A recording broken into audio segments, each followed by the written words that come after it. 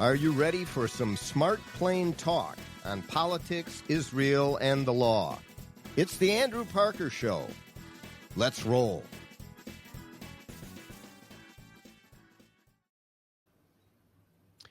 Welcome to another episode of the Andrew Parker Show. Thank you once again. As you know, we talk politics, Israel, and the law on every episode, and this is episode 421 as we continue our discussion of what is happening in the state of Israel, how they are viewing things here in the United States, the U.S.-Israel relationship. And today we are honored and privileged to have with us as our special guest the Jerusalem bureau chief and CEO of the Jewish News Syndicate, Alex Traiman. Alex is returning to the show, along with several who he works with who have been on the show before: Jonathan Tobin, Caroline Glick, Ruthie Bloom, all having joined us on the show. But this is going to be a very important episode, I think. I mean, Alex is a veteran Israeli journalist. And, of course, that's a big deal when you're talking about the state of Israel, which has one of the most strident free presses anywhere in the world. And, boy, do they go at it. No question about it. With all points of view coming to the public square and the marketplace of ideas. Alex, also a radio show host, a documentary filmmaker, PR specialist, but at this point is leading what is a very important news service to the world, and that is the Jewish News Syndicate. Alex, thank you so much for joining us on the show. Andrew, thank you so much for having me. Appreciate that warm. You bet. Absolutely. You are live from Jerusalem, which I'll be coming out in the next few months, and I very much look forward to it. My son lives in Israel. He was just here in the States. He is now back in what he and I refer to as the land, capital L, of course. And my law partner, one-time law partner, was just in Israel as well, and I think had the opportunity to meet with Ambassador Huckabee, with some others. I wanted to start, Alex, to get your sense, your take on Israelis' response to the horrible assassination of Charlie Kirk. Well, there was a vigil last night in Tel Aviv. I think there's already been two memorial events. People taking it hard. People take it seriously. Israelis very aware of how Charlie had defended Israel, to the whole mega crowd, and defended Israel on the college campuses for many years. And also, I would say that we have a dangerous political rhetoric in Israel, similar to the kind that you have in the United States. And I think it's a warning sign to what can happen, when you don't speak responsibly, when you don't allow the ideas to win in a free society, but rather you try to silence ideas through violence. It's not the right way, but it is a real possible result of being irresponsible. And I think that there's a lot of people in the United States that have been very irresponsible with their rhetoric. The president made that clear in his statement after Charlie's death. And certainly in Israel, warning as well, because you have Israeli leaders that are against the government here that have been using a very similar dangerous style of rhetoric. And I just hate to see what could happen if responsible voices don't put a lid on this. I was talking recently on a show about a connection that people often don't put together, and that is localized, homegrown, some call it lone wolf sort of terrorism and international terrorism. And the failure, I believe, of the West, of the United States, of other countries to come together to fight for Judeo Christian values, to fight for Western civilized values in the face of terror. And when we don't stamp it out clearly, vigorously, this is the kind of result.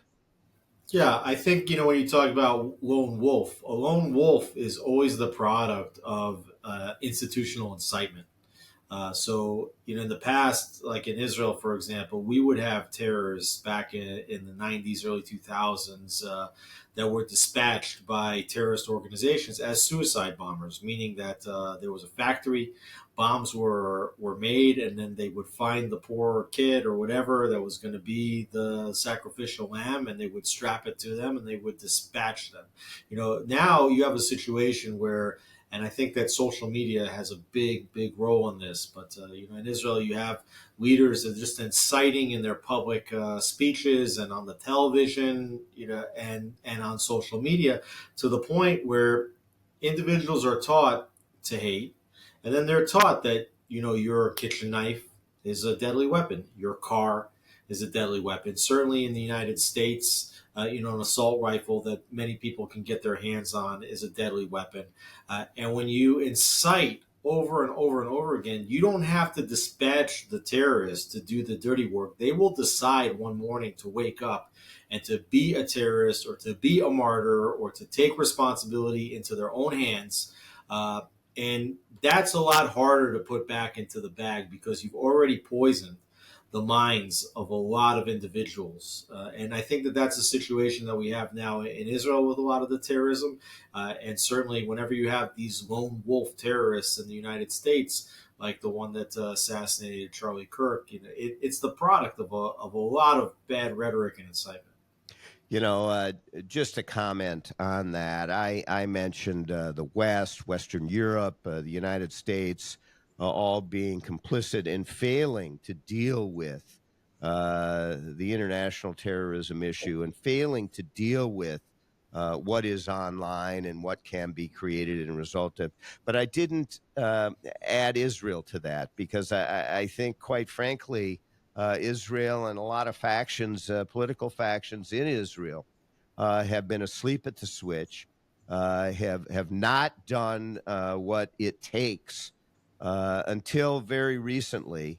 But it took October 7th, really, in order for that to happen. And even now in Israel, the screams, the yelling, and the vitriol has certainly not waned in terms of uh, trying to get peace by giving in to terror, and it just does not work. I want to turn our attention, Alex, if you will, to current state of affairs and what is current status of hostage negotiations, to the extent that they exist, and the battle in Gaza on the ground.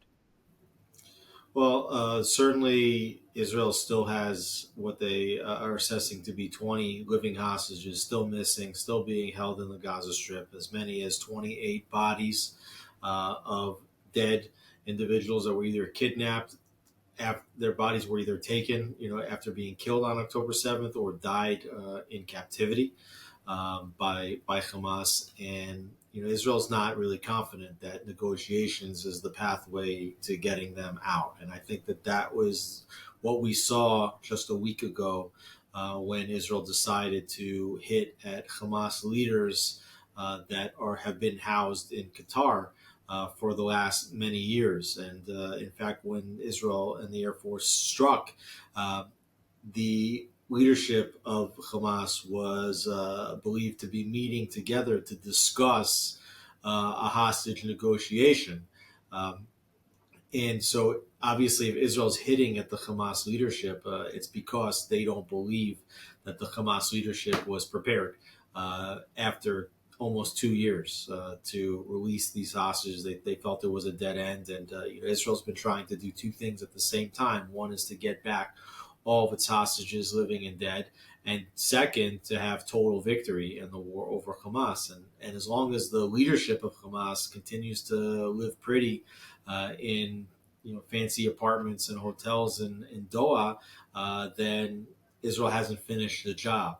So I think Israel sent a very firm message, not just to Hamas, not just to Qatar, but really to the entire region, that anywhere where individuals are plotting to harm the state of Israel, and especially if you succeed in harming the state of Israel, like Hamas did on October 7th, that Israel's going to come find you at the time and place of its choosing, and that there's no safe haven for terrorists. In terms of the war, I mean, Israel's fighting in Gaza, and now they've gone into Gaza City, which is the last remaining stronghold of Hamas. It's the largest city in Gaza. It's the most densely populated and packed in city of Gaza with the tallest buildings.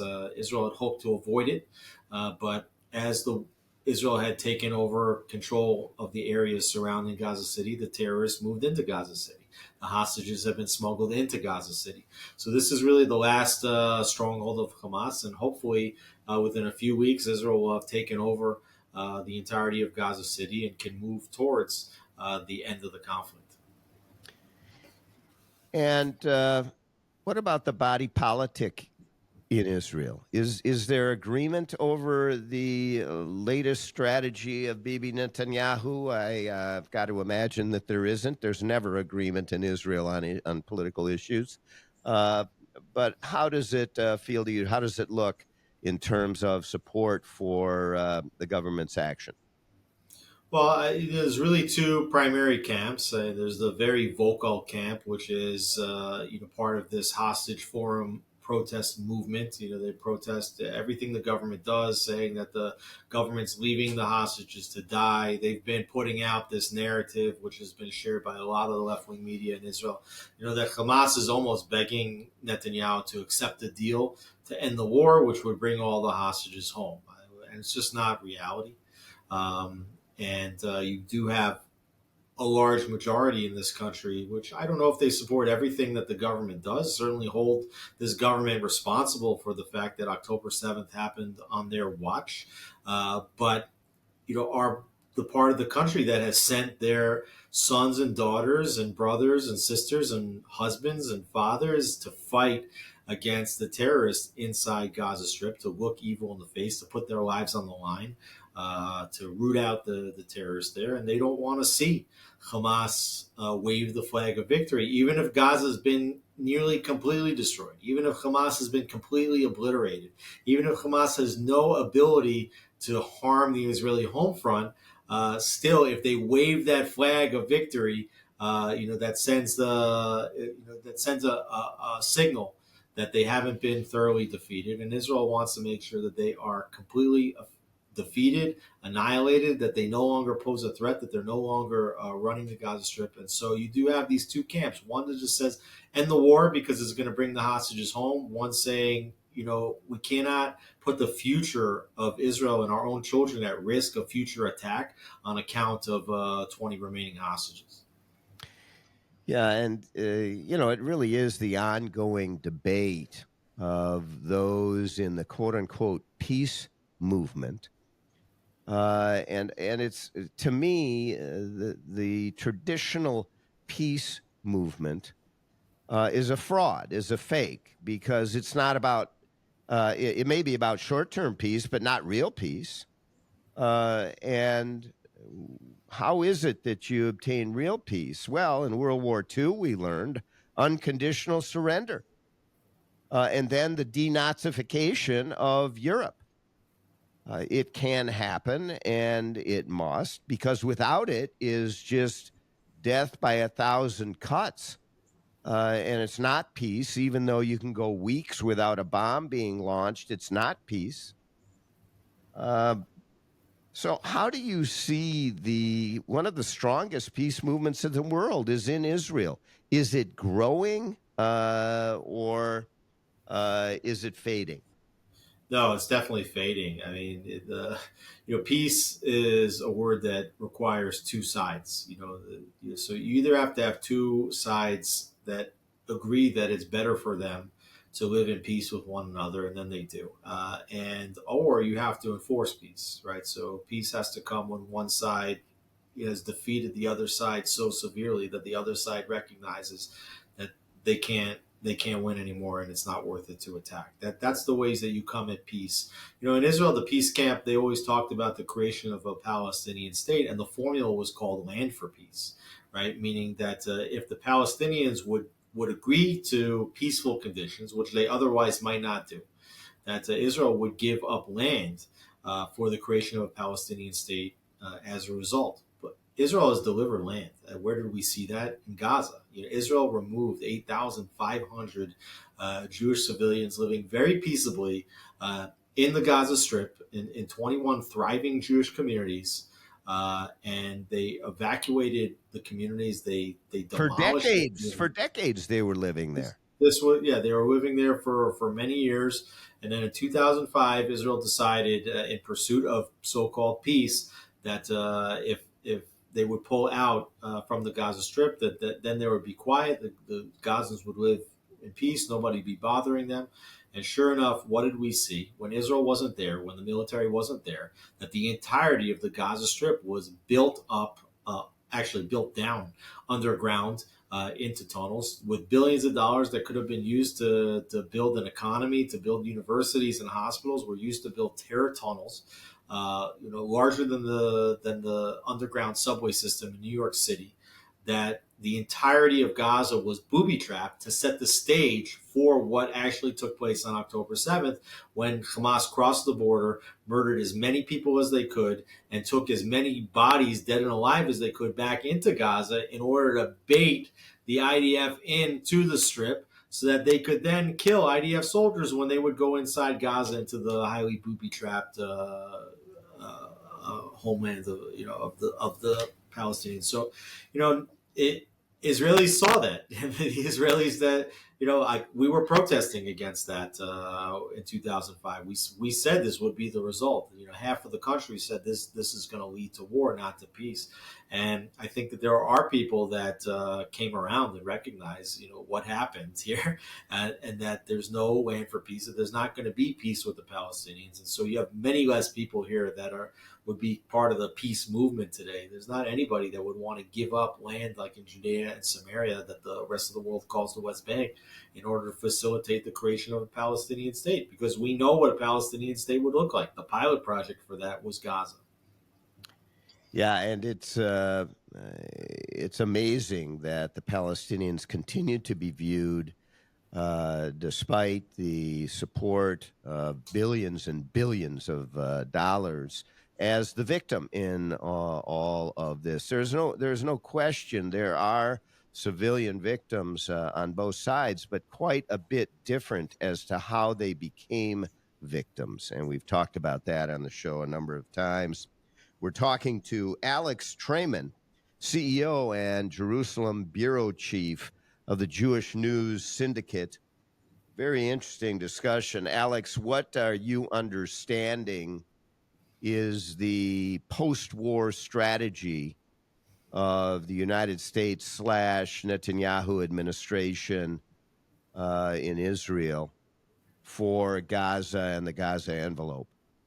I know that everybody wants to have a day after strategy for this war, but you have to assess what the situation will be on the day the war is over, right? You can have your best case scenario, and you can have a worst case scenario. You can have something in between, and I think it's very hard to determine what the situation is going to look like. If Israel could get a deal today to get all its hostages back, I think they would agree for a ceasefire. That's how far they'd be willing to go in order to get their hostages back. I have a feeling that they're going to have to keep fighting because Hamas doesn't really have any incentive at this point to release any of the No, they're hostages. given cover by Western Europe, amongst others. They're going to get a Palestinian state at least Exactly. recognized. Every day that the war goes on, they see that the Western world is turning on Israel, that Israel is being further demonized, further delegitimized. So it's in their incentive to continue the war, stretch it out as long as possible, using guerrilla war tactics, teasing with videos of hostages, to tear at the heartstrings of the Israeli public. I think that what we know about what will happen on the day after Gaza, as far as Prime Minister Netanyahu is concerned, and I think that President Trump is on board with this, is that Hamas is not going to be the governing body on the day after in the Gaza Strip. Similarly, the Palestinian Authority, which controls the Palestinian areas in the West Bank, Judea and Samaria, they are also not going to be given control of Gaza because they continue to incite their own public to terror. In fact, they have terror payments to those that have committed acts of first degree murder and are sitting in Israeli jails for terrorism. They get stipends from the Palestinian Authority on the books. Okay, they're not even hiding it. And also those that are killed by IDF troops in the act of committing first degree murder against Israelis, their families are receiving stipends from the Palestinian Authority. So there's no way that Israel is going to let this group, not to mention that the Palestinian Authority lost control of the Gaza Strip in 2007 to Hamas. So Israel's is not going to let Hamas run Gaza. Israel's not going to let the Palestinian Authority run Gaza. What Prime Minister Netanyahu has talked about is maybe some sort of international alliance that would come in and administer Gaza. But the important component here is that the entirety of the Gaza Strip is going to be under Israeli military control. And I think ultimately what you might see is that there's really nobody willing to come to the aid of the Gazan people. For the whole Western world, all the Arabs, they just want the Gazans to be perpetual victims. Not one of them is opening up their borders to say, "Hey, you guys are refugees. You don't have homes. It's not peaceful for you there. Why don't you come over here? It'll be better. We'll set you up with a house. We'll let you form a new life." Nobody's doing that. Okay, they just want them to stay and in squalor because the worse the situation is for them, the more demonization of Israel there is. So that's what they want. And I think ultimately Israel is going to find that there's no other choice but for Israel to be the one that is administering life in the Strip, the same way that Israel is the only force that's feeding the Gazans. Nobody else is doing that. Okay, it's only Israel that actually cares about the situation because they're the ones that are receiving the blame for the situation that was brought upon the Gazan people by Hamas. And it's one of the biggest, if not the biggest, weapon that the Palestinians and the malevolent leadership of the Palestinians have is this political weapon of their people in squalor while they are in the multi-million-dollar hotel and townhomes, etc., that they have in Doha and elsewhere. Let's turn to let's pull back a minute, and I want to shift gears. Well, let me first ask you about Syria. Many not many people are talking about it. Al Jolani and his treatment by the West. It's just going to be another Yasser Arafat mistake, it appears to me. What are your thoughts about Syria, the future of Syria, and Syrian Israeli relations? Bashar Assad was no saint, quite the opposite. Yeah.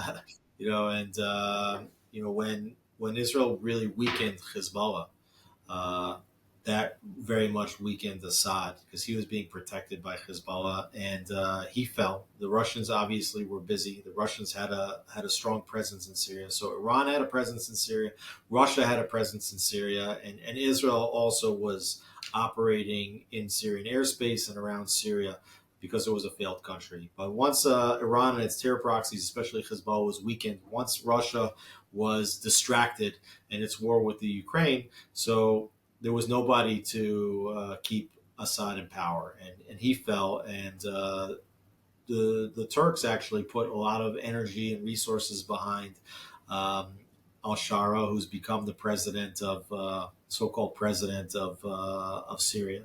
You know, his nom de guerre was al-Jolani. You know, like the Golan Heights. So he's going to retake the Golan Heights back into Syria.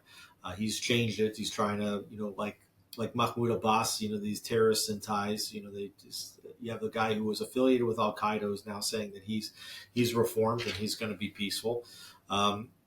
They have his troops, and his factions that he controls, and Bedouin factions that are loyal to him. They have attacked all the ethnic minorities in Syria: Christians, Alawites, of which Bashar Assad was an Alawite, and the Druze. There's Druze communities in southern Syria, and Israel has Druze communities inside Israel, and the Druze are very loyal to whoever is the sovereign. So the Israeli Druze are very sovereign to Israel, and they actually have asked Israel to come in and to help protect those communities in Syria. But there's no I think dreams or illusions about who al-Shara is, and what his he wants to. He's a member of the Muslim Brotherhood essentially, and he wants to see Turkey increase its influence in Syria and in the Middle East.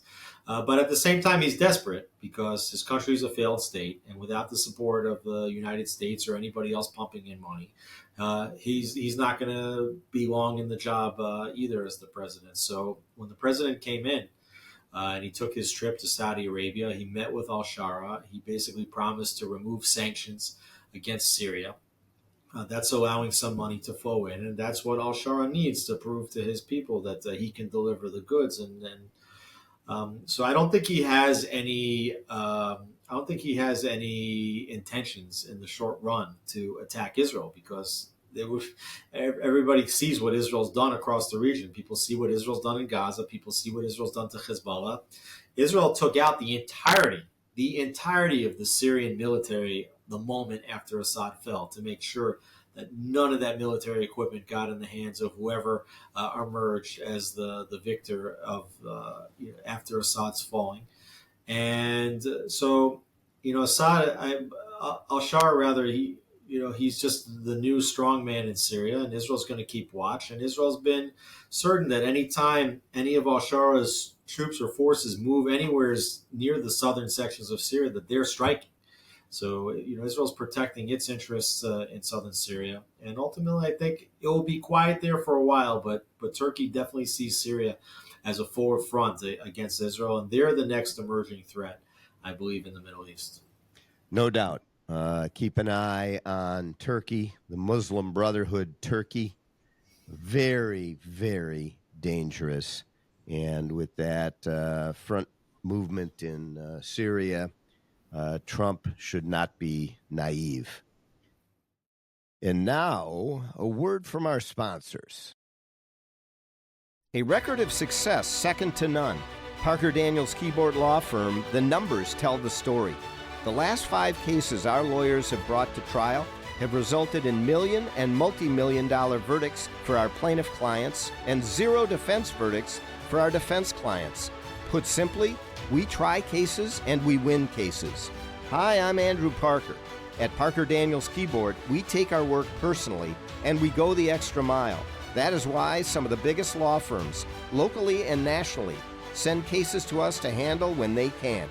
If you have a challenging and critically important business or personal legal dispute that must be favorably resolved, whether regarding a contract matter, a business divorce, a real estate dispute, an employment dispute, a civil rights or defamation matter, plain talk, if it's a big deal, contact us at Parker Daniels Keyboard. Wise counsel, winning results. Go to parkerdk.com. Looking to reduce your tax liability and grow your portfolio? Consider Texas-based Texacoma Resources.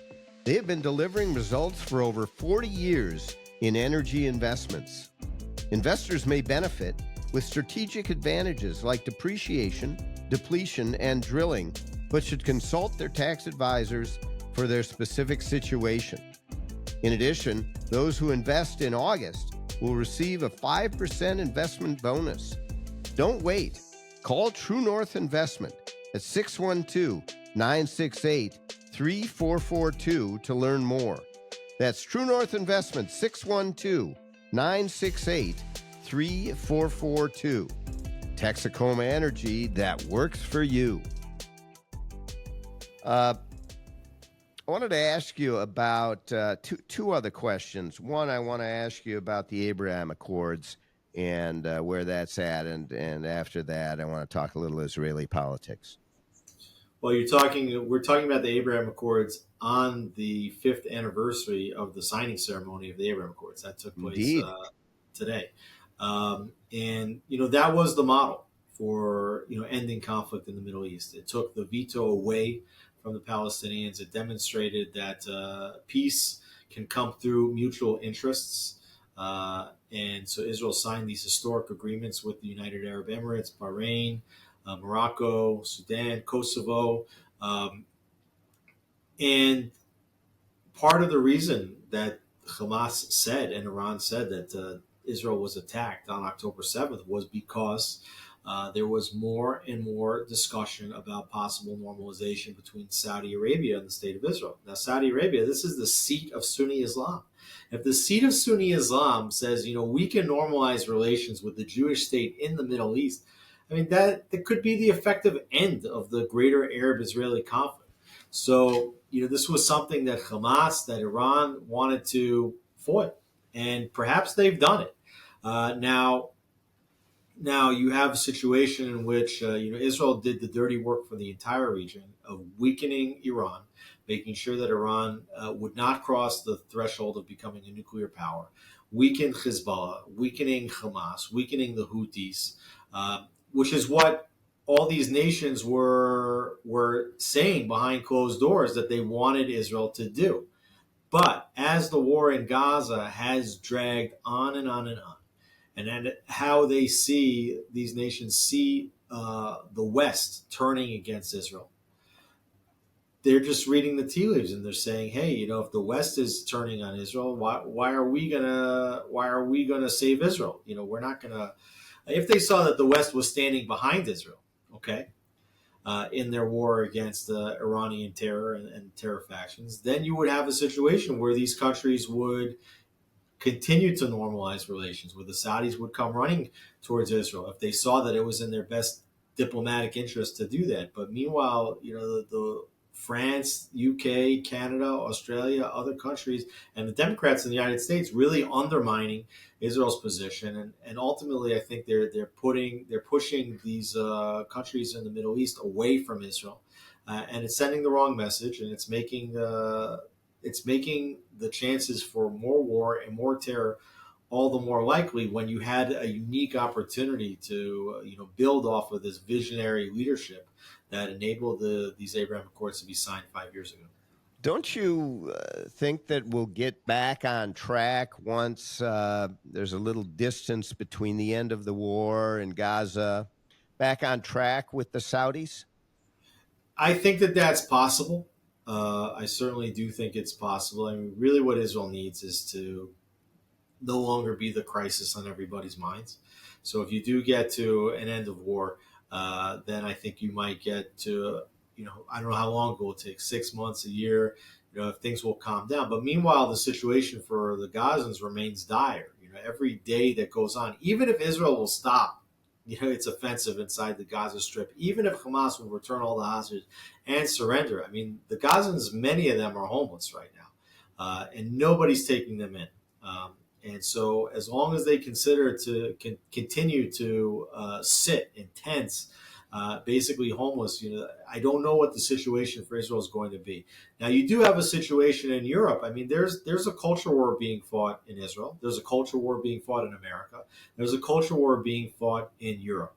Now, we're seeing that the Western left, the liberal West, is turning hard on Israel, but conservatives tend to stand with Israel, as we see in the United States under President Trump, as we see in places like Hungary and Poland, and so governments Argentina as well.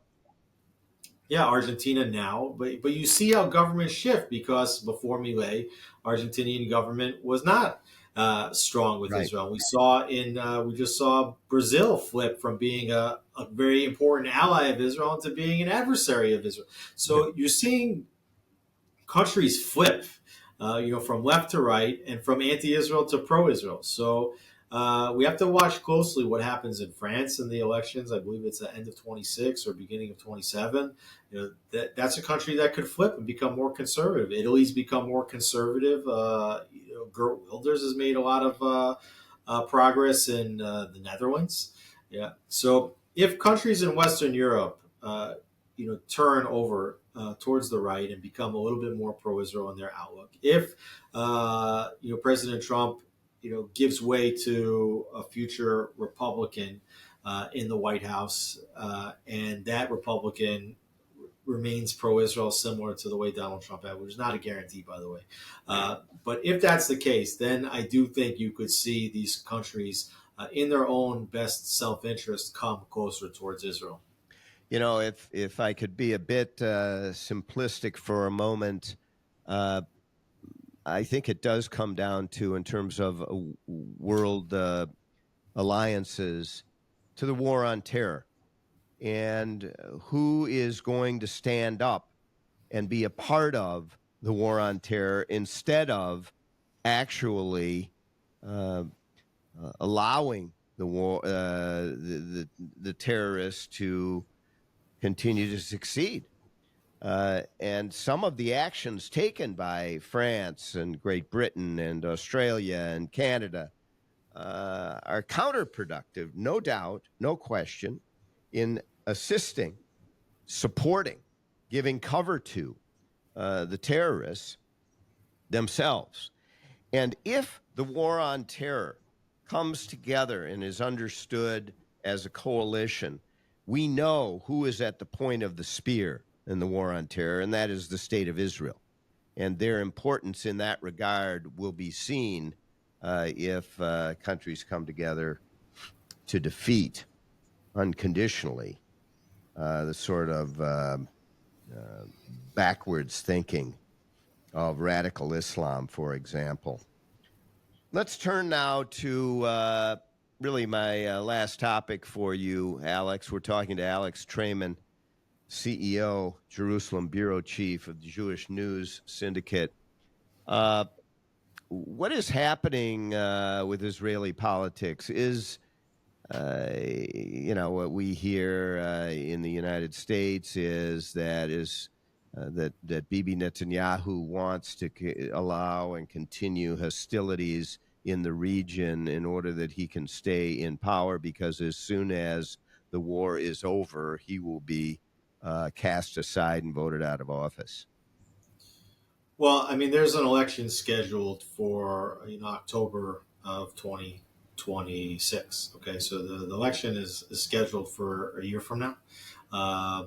Despite the normal problems that you have in coalition politics, Netanyahu's coalition is strong.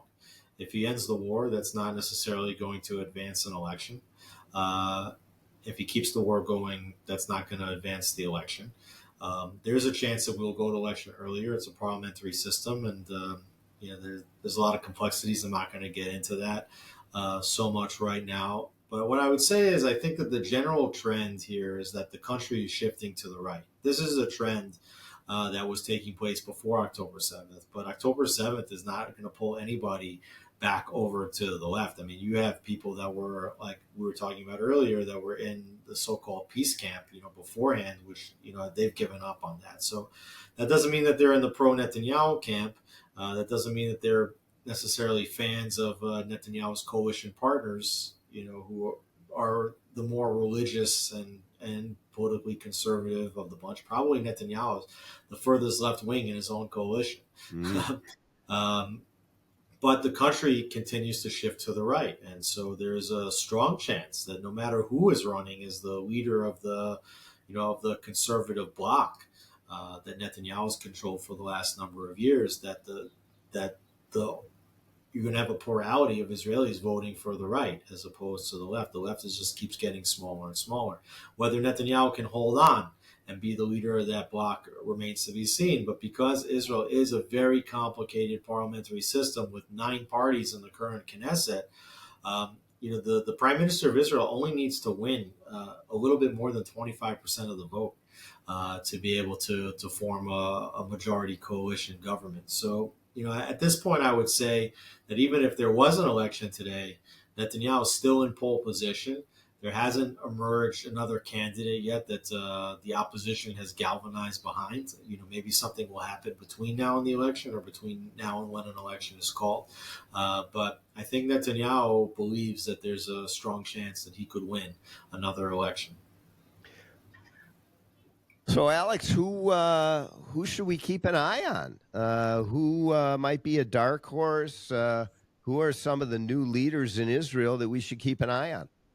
Well, I do think that there's going to be a major political earthquake in Israel at some point, and you have a whole generation of lions that just went into Gaza over the last 2 years, and they understand what the problems are with the security establishment. They understand what the problems are with the political establishment, because they needed their backing, and in some cases, they got it. In some cases, they didn't. They understand what the flaws are, and they've looked evil in the face. They've taken on the most difficult challenges imaginable, and at some point, you're going to see some kind of political reorganization here in Israel, and there's going to be all kinds of new candidates come to the forefront. The question is whether any of these groups can successfully organize and create a ground game to before the upcoming election. And that remains to be seen. Right now, anytime you look at the polls, all you see are the existing candidates, the members of the existing parties in government, plus Naftali Bennett, who was prime minister for a few minutes here in Israel, barely a year before he was forced to resign because he lost his coalition. He certainly wants to get back into the chair.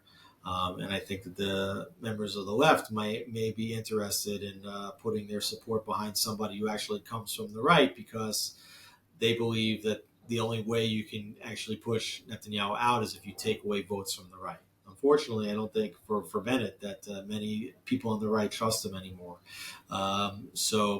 It remains to be seen. It's a mess. It's like a whole sports league over here with teams and players and rules, and it's complicated, and we'll have to see where the chips fall. Yeah, but nothing new for Israeli Nothing new politics. under the sun. Yeah, it is a mess. All right, I was a bit too quick in saying that was the last question. Actually, I want to ask you how things are going at the Jewish News Syndicate, and what can we expect coming out of your operation? Well, we've been the Special Forces unit on what Prime Minister Netanyahu calls the Eighth Front, which is the information warfare.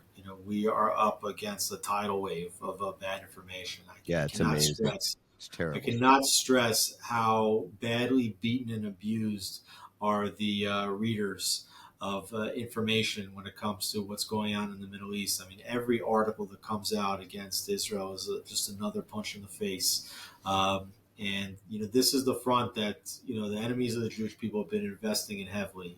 We know the Qataris are pouring in hundreds of millions of dollars every year into Al Jazeera. We know that AP, Reuters, they have headquarters and journalists, so-called journalists, inside Gaza. So back in 2021, the last time the IDF had to operate in Gaza, the Air Force bombed a building which was a Hamas headquarters. The entire international community went ballistic because it was also the headquarters of the AP. You don't have to be very good at math to figure out why the headquarters of the AP is in the same building as the headquarters of Hamas. Okay, so you have the New York Times, the BBC, CNN, all the others taking their cues from Al Jazeera, taking their cues from the AP and Reuters. So you have a multi-billion-dollar industry of which the overwhelming majority of their Mideast coverage is meant to demonize and delegitimize the state of Israel. And we've been trying to counterbalance that. on a much, much, much smaller budget. Just a few $1 million a year going up against a multi-billion-dollar industry. And we recognize it's a David and Goliath fight. And we think that there's a couple reasons why we can actually win. First is because we have truth on our side. And I think there's a lot of people in the world that do believe that even if lies are pervading today, that ultimately the truth is going to win out. And also ultimately we believe in the future of the state of Israel. If God wanted Israel to be destroyed, he certainly had a great opportunity to destroy us over these last 2 years, but we've seen so much protection, and successes on the military front that we know that this country is going to succeed. We've got young people here that care about the country, willing to fight for the country. So we've just been trying to tell Israel's story, the story that you're not getting in the mainstream media. But because we've been doing that, our stats have grown exponentially over the last couple of years. Our YouTube channel, JNS TV, has gone from just a few thousand subscribers before the war to 250,000 subscribers today. With millions of views every month, and millions of people coming to the website, and new syndication partners, including the New York Post and Newsmax, National Post in Canada, taking and republishing JNS articles on a regular basis. We've had Diplomatic Summit. We had our first one here in April in Jerusalem. We're having our next summit in April in Jerusalem next year. So there's a lot of good things coming out. And if people want to get their news from a reliable source, a high quality source, they should go to jns.org or to our YouTube channel, JNS TV, and check it out. Thank God, Baruch Hashem, and beautiful work. I'm so happy to hear that JNS is not only healthy but growing. JNS.org. Everyone go to JNS.org. Alex Traiman, thank you so much for joining us for episode 421 on the Andrew Parker Show, and an important episode it was. Thank you for the updates very much. We wish you all the best going forward in keeping truth at the forefront and battling in the war of information, the eighth front. Thank you so much, Alex, for joining us on the show. Andrew, thanks so much for having me. So everyone, go to theandrewparkershow.com, theandrewparkershow.com, all one word, no spaces, theandrewparkershow.com. Subscribe, like, follow us, text us, 952-522-2818. If you agree, if you disagree, if you are unable to determine what is fake news, what is false, what is lies, and what is truth, send us a text. We'll let you know. Or go to jns.org as well. TheAndrewParkerShow.com. Until next time, be kind to your neighbor. For more Smart Plain Talk, go to TheAndrewParkerShow.com.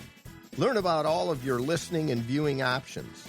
And remember, all the great things are simple, and many can be expressed in a single word: freedom, justice, honor, duty, mercy, hope.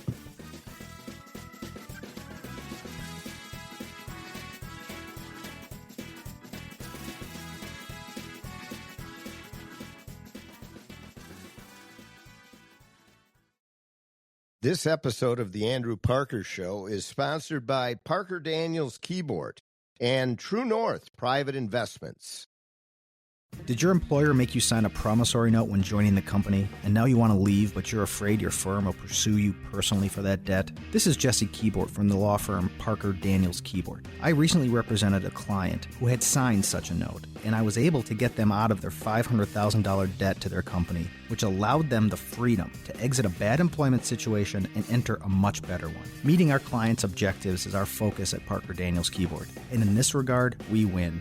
Our experienced trial team of lawyers at Parker Daniels Keyboard have secured major victories in state and federal courts across the country and through arbitration. We have the legal expertise in all types of business disputes, labor and employment matters, real estate matters, shareholder disputes, financial transactions, security issues, and appeals. For wise counsel, winning results, contact us at Parker Daniels Keyboard, a premier litigation law firm that provides efficient, aggressive, and innovative solutions to complex legal problems. Wise counsel, winning results. Go to parkerdk.com.